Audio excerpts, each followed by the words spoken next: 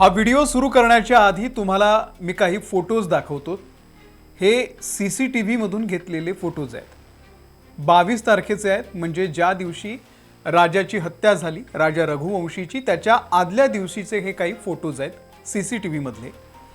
सोनमच्या अंगातलं हे काळं जॅकेट तेच आहे जे राजाच्या डेड बॉडीच्या शेजारी सापडलेलं होतं। शिवाय तिने जो अंगामध्ये पांढऱ्या रंगाचा टी-शर्ट घातलेला आहे, हा टी-शर्ट देखील राजाच्या डेड बॉडीच्या जवळ सापडलेला होता। आता या फोटोजमध्ये सोनमच्या हालचाली जर तुम्ही अगदी निरखून बघितल्या तर तिथे जे काळं जॅकेट आहे ते डिक्कीमध्ये टाकतीये। राजा तिकडे कपडे चेंज करतोय आणि त्यानंतर ती गाडीवरती बसून विचार करतीये। तिच्या चेहऱ्यावरचे हावभाव आणि तिची बॉडी लँग्वेज हे स्पष्ट सांगते की तिच्या मनामध्ये बरंच काही चाललंय। राजा आपल्या जवळची बॅग तिथे रिसेप्शनला जमा करतो, तो गाडीवरती येऊन बसतो, तिला हेल्मेट देण्याचा प्रयत्न करतो, पण सोनम मात्र फोनवरती बिझी आहे। ती गाडीपासून लांब जाते, मोबाईलवरती सारखे काहीतरी मेसेज करते। आता असं कळतंय की हे सगळे मेसेज ती त्या मारेकऱ्यांना करत होती, त्यांना लाईव्ह लोकेशन पाठवत होती।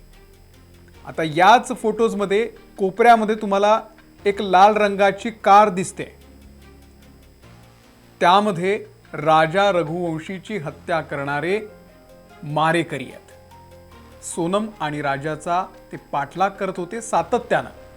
सोनम त्यांना लाईव्ह लोकेशन पाठवायची आणि त्यानंतर ते मागे यायचे। सीसीटीव्हीतून हे स्पष्ट होतंय की सोनमच्या मनामध्ये बरंच काही सुरू होतं।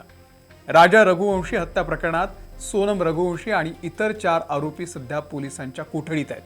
मेघालय पोलिसांनी त्याला सोबत घेतलेला असून तपासाच्या दरम्यान अनेक धक्कादायक सत्य समोर आलेले आहेत। ज्या दिवशी सोनमनं पतीसाठी व्रत ठेवलेलं होतं त्याच दिवशी तिनं तिच्या पतीची हत्या केली। योजनेनुसार राजा रघुवंशीला धबधब्याच्या जवळ मारायचं होतं।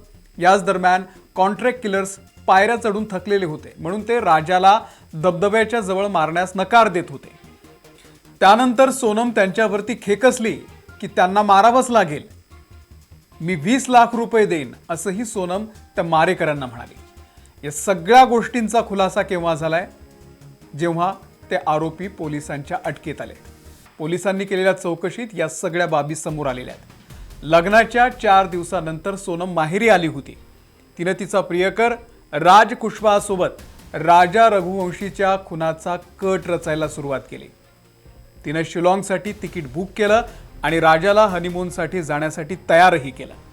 यासोबतच तिनं राज कुशवाहासोबत म्हणजे बॉयफ्रेंड सोबत मिळून 14 लाख रुपयांना 3 कॉन्ट्रॅक्ट किलर नेमले। तिनं त्यांना सांगितलं की जर त्यांनी राजाला मारलं तर त्यांना 14 लाख रुपये मिळतील, शिवाय त्यांना तिच्या भावाच्या कंपनीमध्ये नोकरी सुद्धा मिळेल। सोनमनं 23 मे रोजी शिलाँगमध्ये राजाला मारण्याचा प्लॅन बनवला। त्या दिवशी तिनं शेवटचे तिच्या सासूशी बोलणंही केलं। ती तिच्या सासूशी बोलत असताना पायऱ्या चढत होती।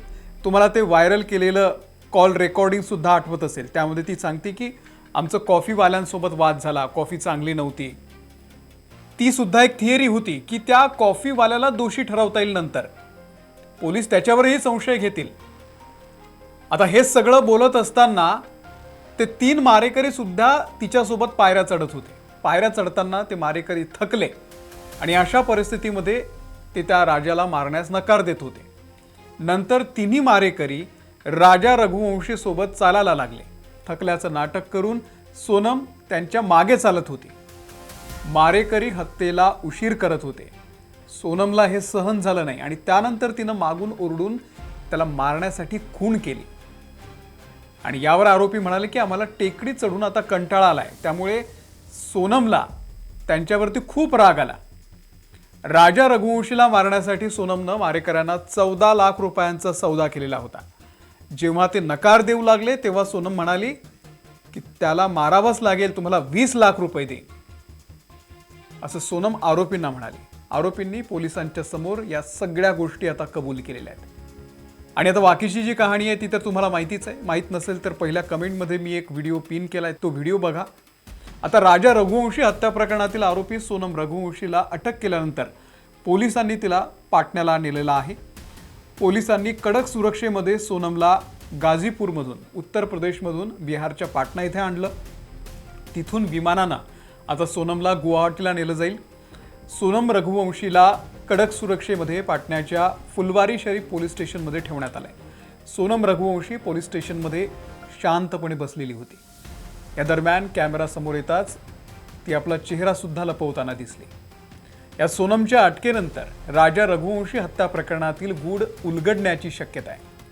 महिला पोलिसांच्या उपस्थितीमध्ये पोलीस स्टेशनमध्ये बसलेली सोनम खूप घाबरलेली आणि एक धक्क्यामध्ये दिसत होती। सोनम रघुवंशीला 72 तासांच्या ट्रान्झिट रिमांडवरती घेण्यापूर्वी तिची वैद्यकीय चाचणी सुद्धा करण्यात आलेली आहे आणि अहवालामध्ये असं म्हटलेलं आहे की सोनमच्या शरीरावरती कोणतीही जखम किंवा तिला लागलंय अशा कुठल्याही खुणा नाहीयेत। सोनम रघुवंशीची गर्भधारणा चाचणी सुद्धा करण्यात आलेली आहे। याचा अहवाल स्पष्ट आलेला नव्हता, म्हणून डॉक्टरनं सोनमला एका आठवड्यानंतर पुन्हा एकदा अल्ट्रासाउंड करण्याचा सल्लाही दिलेला आहे। सोनम रघुवंशीवरती तिचा स्वतःचा पती राजा रघुवंशी याची हत्या केल्याचा आरोप आहे। 17 दिवसांपासून गूढपणे ती बेपत्ता झालेली होती।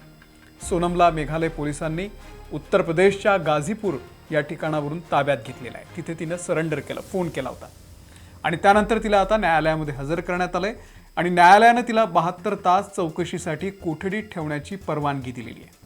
त्यानंतर कडक सुरक्षेमध्ये पोलीस पथक सोनमला बिहारमधून शिलाँगला घेऊन जाणार आहे आणि त्यानंतर तिथे आता पुढची जी कारवाई आहे, जी चौकशी आहे ती होणार आहे। सोनमनं प्रियकर राज कुशवाहासोबत मिळून राजा रघुवंशीची हत्या केली आणि याच प्रकरणामध्ये सोनम आणि राज कुशवाहा आणि इतर 3 आरोपी यांना पोलिसांनी अटक केलेली आहे। पतीच्या हत्येसाठी तिने 3 मारेकऱ्यांना 20 लाख रुपयांची सुपारी दिली।